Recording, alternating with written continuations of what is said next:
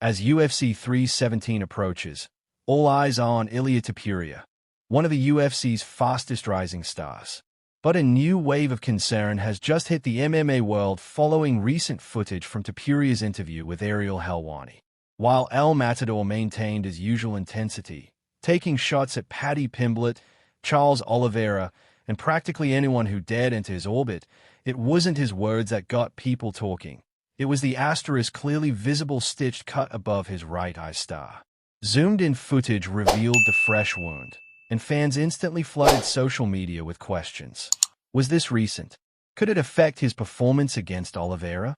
Was Topuria even cleared for full contact sparring ahead of the biggest fight of his career? Even UFC lightweight contender Beneil Dariush weighed in.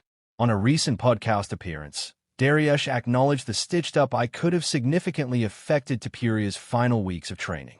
If it's stitched up, it's probably fine now. But it limits sparring. That's the big issue, Dariush said. A cut like that might mean he didn't get the full camp he needed. Dariush also warned fans not to underestimate Charles Oliveira in this matchup. People are overlooking Charles again, like they always do, he said. Ilia has great boxing, but his leg kicks were key in his last 2 wins. Charles shuts those down better than almost anyone. Indeed, while Topuria's rise has been built on power punches and highlight reel finishes, his leg kicks have been quietly effective in disrupting opponents' rhythm. If Oliveira neutralizes that weapon, things could get tricky for the Georgian. Still, despite the concerns, Ilia remains confident and typically brash. His continued promoting the fight aggressively and even teased a potential move to welterweight, suggesting behind-the-scenes conversations with the UFC on the way. Topuria made it clear that he's eyeing legacy fights, and Islam Makhachev is squarely in his sights. I'm not saying too much, because UFC doesn't like leaks, Ilia hinted. But yes, there have been talks. When the time is right, I'll shock the world again.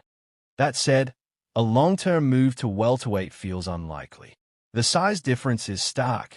Shavkat Rakhmonov for instance, would look like a full weight class above him. But for a one-time super fight, the UFC might just entertain the spectacle. Meanwhile, attention is still swirling around the fallout from John Jones's shocking retirement, announced just days after rumors of a hit-and-run incident linked to him emerged. This controversy reignited old debates and lit a fire under Michael Bisping, who has openly called Jones a coward for retiring before fighting Tom Aspinall star. On a recent episode of Bisping's podcast, he and Paul Felder had a heated exchange about how Jones's career will be remembered. Felder argued that retiring before risking a knockout to someone like Aspinall might preserve Jones's legacy. Better to walk away on top, Felder claimed.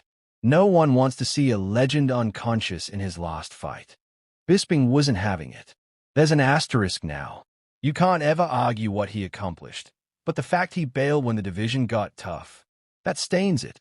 Both agreed, however, that the asterisk manner of Jones's exit hurts the division. With the belt in limbo, the UFC scrambled to promote Tom Aspinall, who will now likely face Cyril Gane for the undisputed title. That matchup promises a technical masterpiece. Aspinall's explosive wrestling and hand speed against Gane's methodical range control and footwork. As for Khalil Roundtree, his fresh off an impressive win over Jamahal Hill, the former champ, and is already being linked to a possible rematch with Alex Pereira. Their first fight was a barn-burner, and Roundtree's continued evolution has many fans calling for him to get another title shot. However, most analysts agree.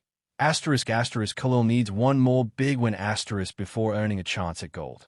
Josh Thompson on his podcast, even called the light heavyweight division one of the weakest in the UFC, suggesting that Roundtree could capitalize on the shallow talent pool. 185 is finally stronger than 205 in heavyweight, Thompson said. It's a weird time for those divisions, but Khalil's got a real shot if he stays active. For now, Pereira is locked in for a rematch with Magomedov in October, vowing redemption and even going so far as to say he still considers himself the rightful champion. I corrected my mistakes, Pereira said in a recent interview. This time, I'm going to dominate.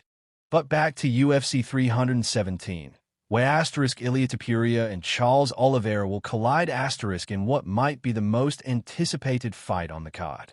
And with this new footage of Ilia's stitched eye now in circulation, speculation is rampant. Will the injury impact his performance? Will Oliveira's Muay Thai and submission game expose holes in Topuria's armor? There are no easy answers, but one thing is certain. The stakes have never been higher for Topuria. If he wins, he solidifies his status as one of the most dangerous fighters on the planet. If he loses, especially if the cut plays a role, questions will swarm about whether he peaked too soon or if the hype was overblown. And let's not forget, Patty Pimblett is still waiting in the wings.